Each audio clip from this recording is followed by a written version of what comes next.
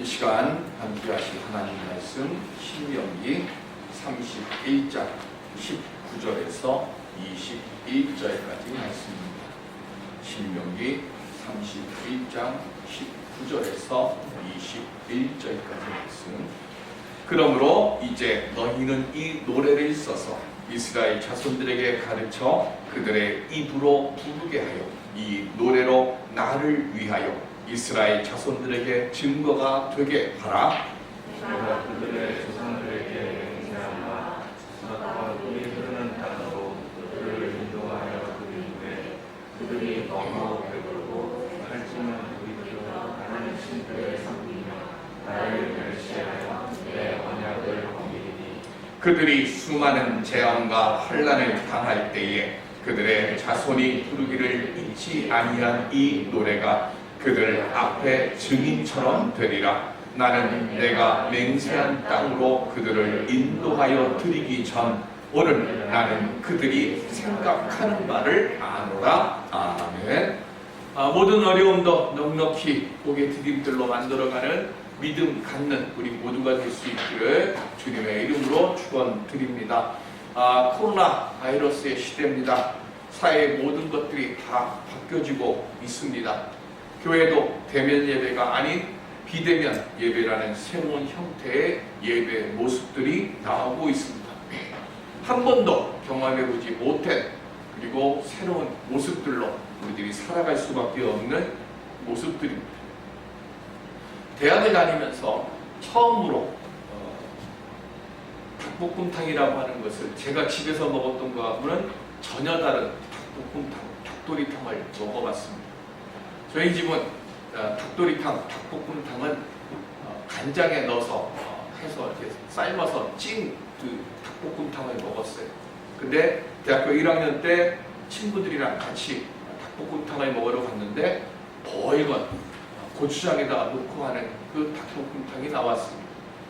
처음에는 뭐 이런 닭볶음탕이 있는가 싶어서 먹었는데 아주 맛이 좋더라고요. 맵기도 하고 그리고 달콤하기도 하고. 근데 그걸 먹으면서 내내 불편했습니다. 왜냐하면 제 입맛에는 익숙하지가 않았어요.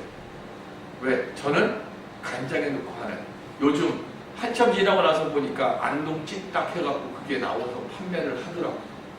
그래서 누가 안동 찜닭 먹자 그러면 저는 안 먹습니다. 하도 어려서부터 입이 막히게 그걸 먹어서 그걸 먹기가 싫어요. 그런데 요즘 들어서 생각해 보니까 어머니가 생각이 날 때쯤 되면 그 간장에 넣은 그 닭볶음탕이 가끔 생각이 납니다. 그리고 결혼하고 나서는 한 번도 못 먹은 음식이 하나 있습니다. 제가 늘 어머니한테 얘기할 때 꿀뿌리죽이라고 얘기를 했어요. 묵은지를 밑에다 깔고 그리고 거기에다 찬밥을 때려 붓고 그 위에 콩나물을 이만큼 쑥 쌓아가지고 한 2시간 정도 제가 생각할 때는 삶았던 것 같아요. 그러면 진짜 돼지죽 같아요. 근데 그게 맛이 기가 막힌 거예요. 근데 그 음식을 어디에서도 하지를 않습니다. 어머니밖에 안 해주셨어요. 그런 식당도 제가 보지를 못했습니다. 왜 어머니가 생각이 나면 그 음식이 생각이 날까? 제가 닭볶음탕을 먹고 대학 다니면서 외식을 하고 맛있다 하는 음식점에 갔다가 오면서 늘 느껴지는 것이 뭔가 하면 저희 어머니가 음식을 잘해서가 아니라 제가 먹고 살았던 것이 어머니가 해줬던 음식밖에는 없었어요. 그래서 그때 그 입맛이 딱 제게 익숙해진 겁니다. 그래서 감자볶음이든 뭐든 다 이렇게만 하는 줄 알았어요. 그런데 밖에 나가서 음식을 사 먹기 시작하면서 보니까 똑같은 감자부침도 다른 모양으로 나올 수도 있고 똑같은 닭볶음탕도 다른 맛으로 나올 수 있구나 하는 것을 알게 됐습니다. 그리고 집에 와서 어머니에게 닭볶음탕을 그 간장에다 넣고 좀 삶지 말고 고추장에다 좀 넣어서도 한번 해봐요 그랬어요. 근데 저희 어머니는 한 번도 그걸 잡숴본 적이 없었기 때문에 몇 번의 실패를 했습니다. 그런데 처음에는 어머니가 그걸 하면서 뭐라고 이야기를 하셨어요. 그런데 조금 지나고 나서 보니까 맛있게 그걸 하시더라는 거죠. 그걸 느끼면서 생각한 것이 뭐냐면 우리가 변화를 하기 위해서는 뭘 해야 되는가 하면 익숙함으로부터 탈출해야 된다는 거예요. 내가 무언가 새 맛을 얻기를 원하고 내가 무언가 새로운 것을 얻기를 원한다고 하면 내가 알고 있는 것으로부터 탈출을 해야 되고 내가 익숙한 것으로부터 탈출을 해야 돼요. 그만큼 변화라고 하는 것은 어렵다는 겁니다. 이 사회는 늘 우리에게 변화를 요구했습니다. 새로운 맛을 찾아보려고 시도를 해봤고 그런데 그렇게 하다 보면 어렵습니다. 그 음식 먹어보지 않았고 그리고 코로나 이후에 이런 일들에 대해서 경험해 본 적이 없는 우리 모두는 지금 익숙한 것으로부터 탈출해야 되고 아는 것으로부터 탈출해야 되는데 이게 어렵다는 겁니다.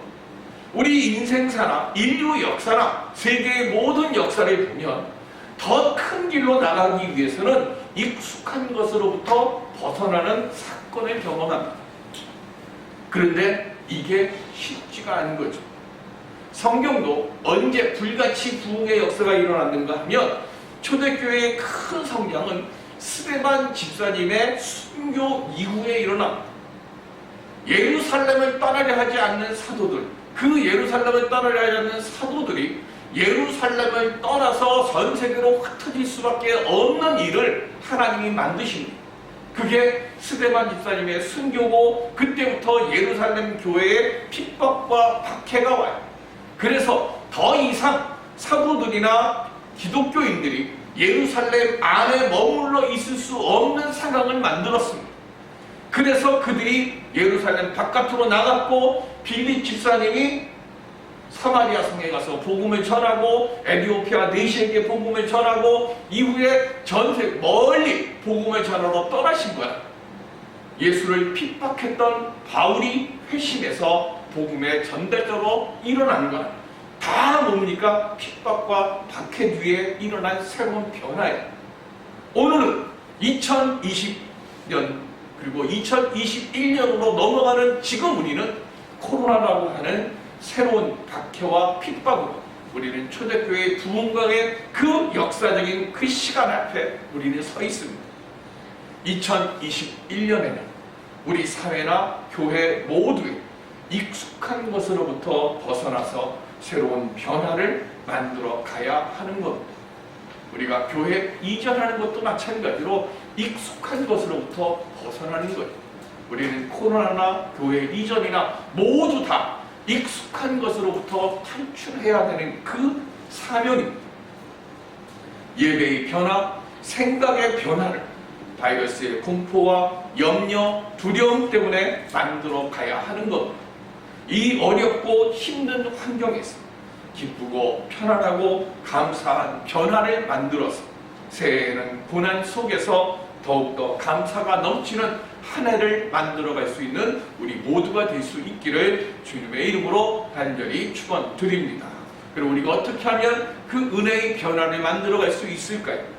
신명기 31장에는 모세의 두 가지 과업이 있습니다. 1절부터 8절까지는 여호수아를 임명합니다. 즉 후계자를 세워서 이제는 안정을 취합니다. 그리고는 자신이 이루지 못하는 과업을 자신의 후계자로 지목한 여호수아를 통해서 완성케 하는 그 일을 합니다. 그리고 9절 이하부터는 율법을 기록해서 레위 자손 제사장들에게 위탁하고 정기적으로 낭독하도록 합니다. 왜 그 일을 했을까요? 하나님의 구원의 역사를 알지 못하는 자녀들에게 하나님의 구원사를 배우도록 하기 위해서입니다.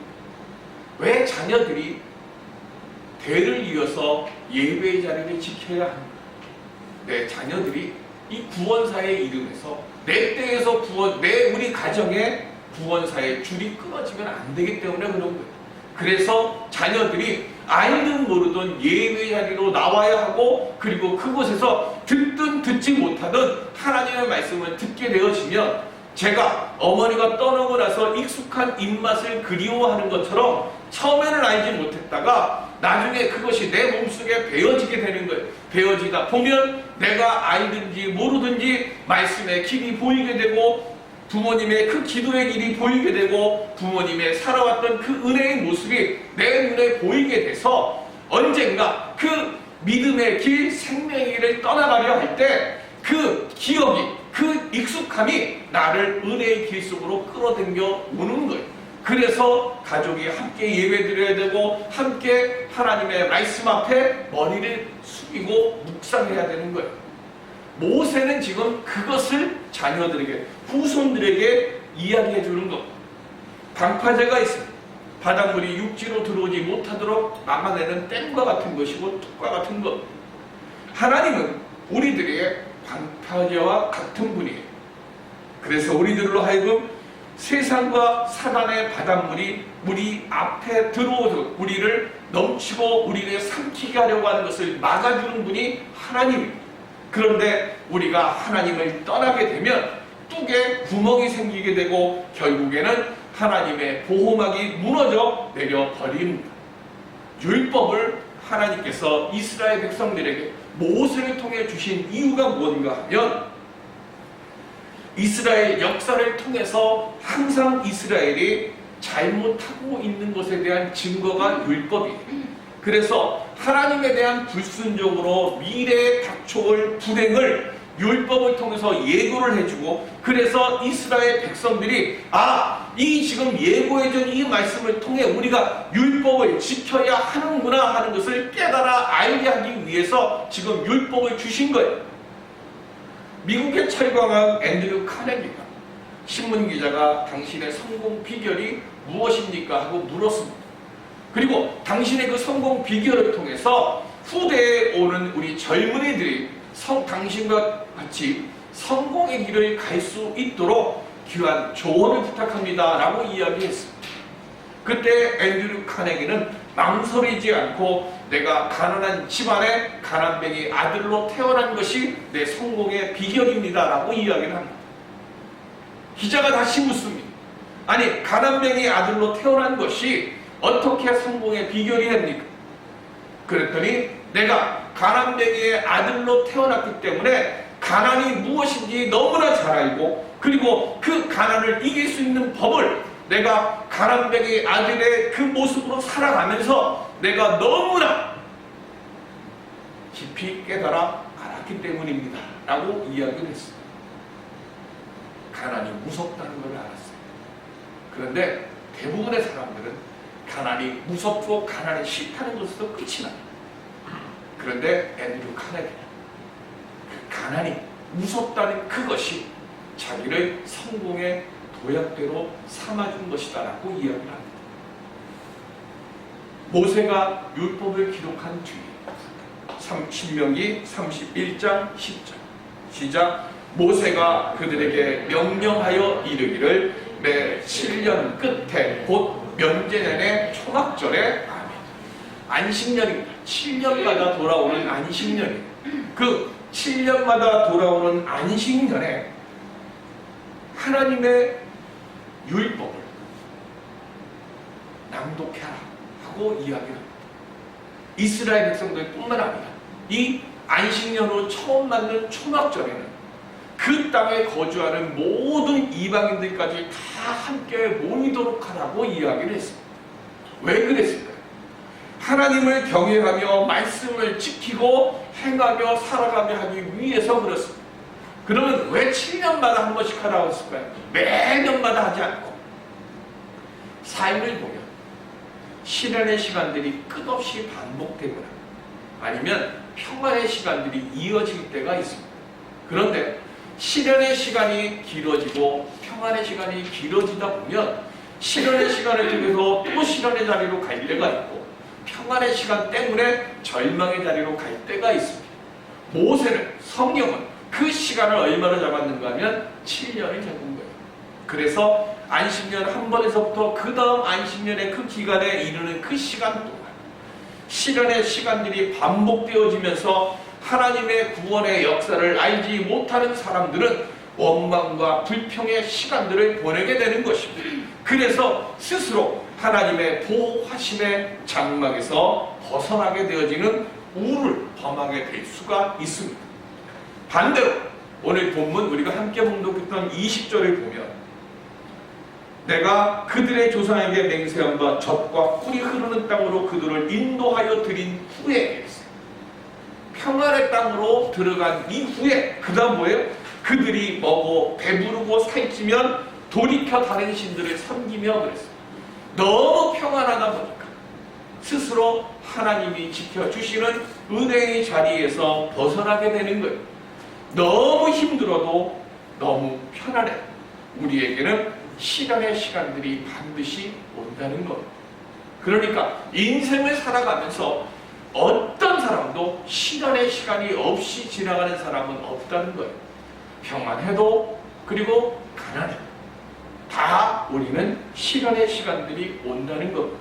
그렇게 계약 파기를 하고 괴로움의 시간이 찾아올 때 그때 오늘 모세가 알려준 율법의 노래를 불러서 믿음의 자리를 지켜가도록 권면하라고 오늘 지금 모세가 율법의 노래를 백성들에게 가르쳐 준 겁니다. 많은 사람들이 가난과 시련 앞에서 무릎을 꿇습니다. 그러나 믿음을 가진 우리들은 하나님의 말씀을 붙잡고 내 인생의 성공 걸음으로 삼을 수 있어야 합니다. 어떻게? 베드로는 예수님을 3번 부인을 했습니다. 그런데 성경 어디를 봐도 베드로가 예수님을 3번 부인한 사건에 대해서 예수님께 잘못을 고했거나 아니면 예수님께 용서를 구했다는 기록이 없습니다.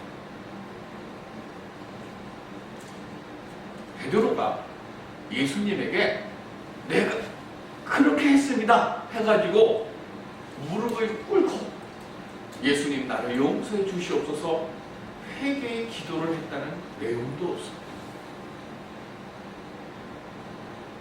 부활하고 난 뒤에 예수님께서 부활하신 뒤에 요한복음 우리 다 요한복음 21장을 펴놓습니다. 요한복음 21장 여기 안 올라가 있어요. 요한복음 21장에 보면 1절의 시작이 어떻게 되는가 하면 베드로가 자기 제자들과 함께 디베라 호수에 가서 고기를 잡습니다. 밤새도록 그물을 내렸지만 한 마리도 못 잡았습니다.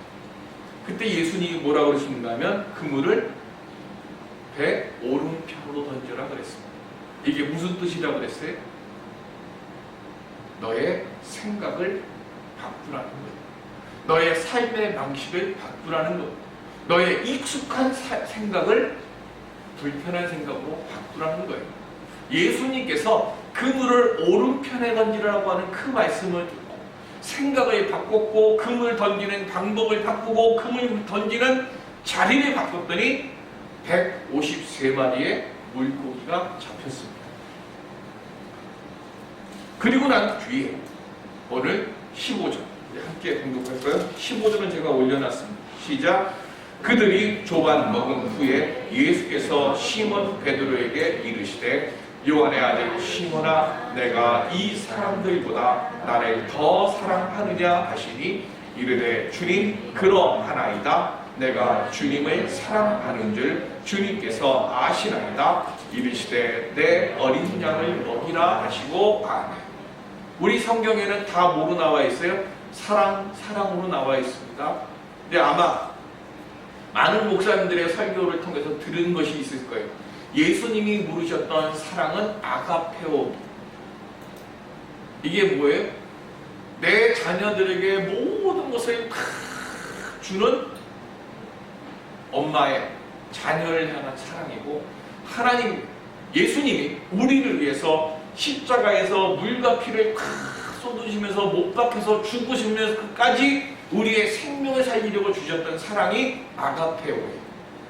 그런데 예수님은 그 아가페의 사랑으로 베드로에게 질문을 던졌는데 베드로가 말하는 사랑은 뭐냐면 이거는 필레오, 필로스. 필로스라고 하는 것은 뭐냐면 친구와 친구 간의 사랑입니다. 영광이하고 유비하고의 사랑이 필로스예요. 친구 간의 사랑입니다. 내게 이득이 되거나 내게 무언가 있으면 더 깊어지는 것이고 내게 해가 되면 멀어지는 사랑. 이게 필로스예요. 예수님은 나는 너에게 내 모든 것을 다 주면서까지 너를 사랑했는데 너는 나를 그렇게 사랑하니? 하고 지금 예수님이 물으시는 거예요. 그랬더니 베드로가 하는 말이 뭐예요? 아니, 나는 예수님부터 선생님으로부터 모든 사랑, 목숨까지 버리시면서까지 나에게 주시는 그 사랑을 나는 받았지만 나는 예수님에게 그런 사랑은 나는 드리지 못합니다. 다른 말로 얘기하면 내 틀 안에 예수님이 들어오셔서 내가 만들어 놓은 틀 안에 예수님께서 내가 원하고 내가 필요로 하는 걸 주실 때 그때 나는 예수님을 사랑하는 그 사랑으로 나는 예수님을 사랑합니다 라고 하는 대답입니다. 내가 살고 있던 틀 속에서 우리는 변하지 않고요. 예수님을 그 틀 속으로 집어넣으려고 합니다. 그래서 내 잘못에 대해서 그때는 어쩔 수 없었다는 자기 합리화와 변명으로 자기 자신 스스로를 지금 뭐한 거예요? 변론하면서 사는 것이 베드로예요. 그래서 시간이 지나면서 처음에는 닭 울음소리를 들었을 때는 가슴을 치고 내가 왜 그랬을까 하고 뉘우치기는 했어요. 그런데 베드로는 뭘 했어요? 자기의 틀을 아직 완전히 깨지 못한 거예요. 시간이 지나면서 깨지지 않은 내 틀 속에서 자기를 합리합니다. 그래서 15절 다시 볼까요? 맨 밑에 줄 보면 세 번째 주님 그러하나이다. 그 다음 뭐라고 그랬어요? 내가 주님을 사랑하는 줄 주님께서 아시나이다. 이 말 속에 담겨있는 뜻이 뭔가 하면 나는 12명의 사도들 중에 다른 그 누구보다도 예수님을 더 사랑했고 나는 다른 12명의 그 사도들 중에 그 어떤 사도들보다 나는 주님을 사랑하려고 노력하고 애쓰며 지금까지 살아온 사람입니다. 이걸 지금 강조하는 말이에요. 그래서 나는 예수님을 내가 다른 사람들보다는 더 많이 사랑했기 때문에 내가 내 자신대로 내 나름대로 나는 바르게 살았고 나는 다른 어떤 사람들보다 예수님을 더 많이 섬겼고 예수님을 사랑했다면서 스스로 위로했어요. 그러니까 자기 스스로를 위로하는 그 모습 속에서 예수님 앞에 자기가 저지른 죄에 대해서 가슴을 치고 자신을 깨트리는 회개를 하지 않은 거예요. 왜? 다른 사람들보다는 난 예수님을 이 세상에 있는 그 누구보다 나는 예수님을 사랑했고 예수님을 내 말씀을 더 많이 들었고 예수님을 더 많이 따랐는데 처음에는 가슴을 치며 회개를 했지만 그것이 회개로 끝난 것이 아니라 회개까지 간 게 아니에요. 뉘우치기만 했어요. 아직 깨우침이 없었어요. 그래서 예수님이 똑같은 질문을 3번 하시고 베드로야 네가 나를 사랑하나? 우리 애들이 말 안 듣는 때요 회초리 들고 합니다. 그런데 가만 보면 꾸짖고 때리고 할 때만 잠깐 알아듣는 척해요. 그리고는 조금 지나고 나면 다시 그 자리로 돌아갑니다. 왜 그럴까요? 내가 깨지지 않았을 때 밖에서 뭘 아무리 해도 내가 스스로 내가 깨우치고 내가 깨져야 해. 그래야 사람이 변하는 거예요. 아내들이 남편들에게 잔소리를 많이 합니다. 그건 전 세계의 모든 공매 불변의 진리예요. 그런데 남자가 못나서 잔소리 많이 듣는 게 아니에요. 왜? 남자하고 여자하고 보는 관점이 다르기 때문에 같이 살면 이건 문 대통령도 그렇고 세상에 그 어떤 사람도 아내에게 잔소리 들을 수밖에 없어요. 그런데 아무리 잔소리를 많이 해도 남자들이 안 변합니다. 언제 변합니까? 내가 깨달아야 돼. 내가 그래서 뭐해요? 내가 깨져야 돼. 예수님도 지금 베드로에게요 스스로 뭐 했는가 하면 스스로 깨닫고 스스로 깨우치고 스스로 너 자신을 깨뜨리라고 예수님이 똑같은 질문을 3번 하신 거예요. 그랬더니 자, 제가 일부 성경을 피라고 했어요. 17절 시작. 3번째 이르시되 요한의 아들 시몬아 내가 나를 사랑하느냐 하시니 주께서 3번째 내가 나를 사랑하느냐 하심으로 베드로가 근심하여 이르되 주님 모든 것을 아시오매 내가 주님을 사랑하는 줄을 주님께서 아시나이다. 예수께서 이르시되 내 양을 먹이라. 아멘. 처음으로 뭐가 나왔어요? 근심하며 이르되. 지금까지는 그냥 너 사랑해? 예! 하고 사랑해요 라고 이야기를 했어요. 그런데 3번째 질문에 베드로가 쓱 이제 뭐가 일어나는 거예요? 익숙함에서 탈출하는 거예요. 아! 내가 지금 사랑한다고 이야기했던 이것이 습관적으로 익숙했던 것으로 내가 나왔던 거예요. 그런데 예수님께서 3번째 똑같은 질문을 계속 하다 보니까 뭐가 생겼는가 하면 내가 깨져야 하는구나 하는 것에 대한 인식이 오고 그리고 내가 어떻게 깨져야 될까를 생각하는 거예요. 생각하니까 어떻게 돼요? 근심하여 이르되 이렇게 되는 거예요. 당연하게 그리고 자연스럽게 은혜 얻는 거 없습니다. 깨져야 돼요. 내가 깨져야 돼요. 남이 나를 깨트릴 수 없어요. 남이 나를 깨트리려고 하면 나는 더 웅크려들고 더 튼튼해져요. 나는 어떻게 깨지는가 하면 내 속에서 내가 깨달아야 돼. 내 속에서 내가 깨우쳐야 돼. 그래야 내가 깨져요. 야곱이 이스라엘이 되는 과정도 마찬가지예요. 내가 깨진 거예요. 엉치뼈 얻어맞을 때도 야곱 안 깨졌습니다. 남이 내 엉치뼈를 쳐가지고 쩔뚝이가 된 그 상황에도 안 깨졌어요.